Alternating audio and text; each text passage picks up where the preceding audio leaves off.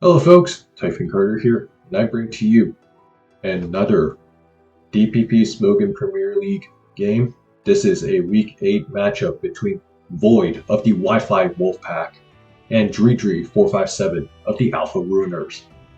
Both of their teams are in the playoff hunt going into this week, and both of their teams are looking to get a win on the board.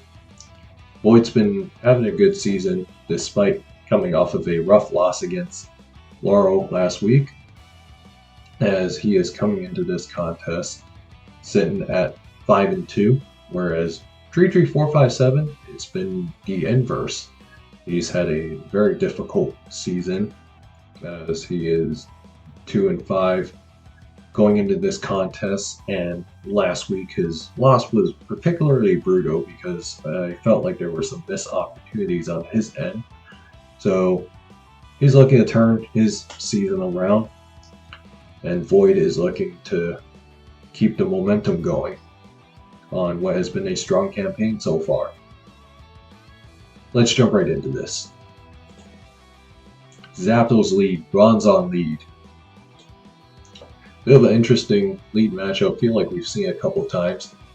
Void Zapdos could be a lot of things. Could be a defensive Zapdos, could be offensive, could be something like Mono Zap with sub T-Bolt Toxic, could be a few things really, whereas Dridri's Bronzong could be like something like a heat proof, like Lumberry lead, with Stealth Rock's Boom, whatnot, could just be a pure defensive set, could be a variety of things really. And Zapdos T-Bolts does nearly half, so maybe an offensive Zapdos versus a frail Lottie, or frail Zong, but Dridri brings the Lottie in, and Heatran is brought as the answer to the Latias, and Lottie showing lefties.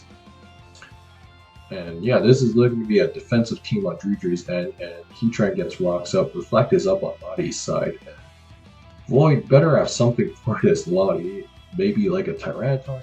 That's probably like one of the better Latias answers, or say even like a Trick Iron Ball meta, but I sincerely doubt it. This Heatran could be a few things, could be like Shuka with like Boom, but Reflect's going to mitigate the Boom damage, and Reflect wears off. And the T-Tar looking to be a huge threat. T-Tar to 61 with that crunch. Latias is going to have to recover. And I wonder if this is a choice lock Tar, because if it is, yeah, he's gonna have to switch out. Yeah, Dridri losing his Lottie being this low, and Scarm showing nothing, no item. Maybe it's Shed Scarm, probably weary of getting Magneton.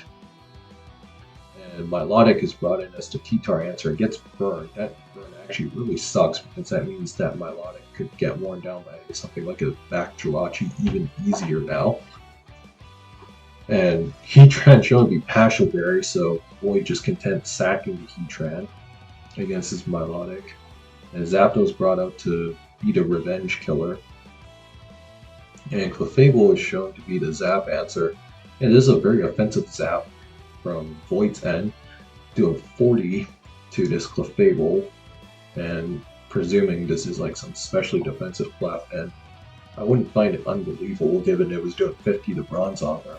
And Dridri looking, he's got like a full stall team on his end. Looks like one of those Dawn style stalls. RIP to him. And Neo Queen shown to be the last here. Neo Queen switching in, scouting out the hidden power, very nicely done. And the Neo Queen probably gotta get T-Spikes up. And it does just that. And as for Void's Suicune, probably like the CM, the Super Suicune, with like just offensive Suicune. Wonder if this is modest or not, but might be not. And Leftovers is knocked off, however, this Clef is going to have to recover. And Clef's sitting at 60%, and Void's Suicune misses the Hydro Pump. That was probably going to happen eventually. and misses twice, so gets extra lucky there. No T-Wave shown on this Clefable, so rather curious. Wonder if it's something like, Encore. Or maybe, not too sure, but Latias brought out to sacrifice itself, and Void showing a Super Jirachi on his end. And it's going to T-Bolt this Bronzong for 29%, wow. And gotta get the job done there. And Void opting to CM up again, anticipating the soft play, also wants to do as much damage as possible, and ooh, that Clef goes down rather quickly with a crit Psychic. And yeah, it looks like Void's got this wrapped up. I think at +2 it's probably doing like 50 to like fully specially defensive Clefable. So I think Void was probably favored anyways, unless the Clef had T-Wave, but Void's gonna win this, and he is going to move to 6-2 on the season. Dridri is going to move to 2-6 on the season as his struggles continue. Yeah, I think Dridri kind of misplayed this. Like, Dridri didn't do a good job anticipating a possible Tyranitar in the back on Void's end. Like, that's always, like, when you're playing these defensive teams with, like, Def Lottie, you always have to be really weary of a Tyranitar in the back just potentially ruining your day, especially if you're, like, relying it to be, like, your fighting check. Or, like, your Breloom check specifically. Because even Nidoqueen, like, plus Lottie, it's like you have to be very careful about losing a Lottie because you don't want your team to be completely overburdened.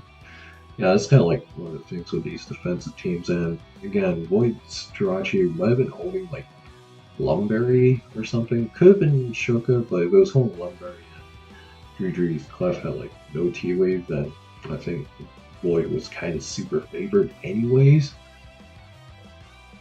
That being said though, as for what Void's last was, not too sure. I think a Scarfer in the back would make a lot of sense on this kind of build. Like maybe a Scarf Flygon could be like a Scarf Lottie with Healing Wish. That's something I could see being believable for Void 6. Like I said, it could be a plethora of things, really. Anyways, all that aside, if you guys enjoyed this video, like, comment, subscribe, and I will see you guys next time.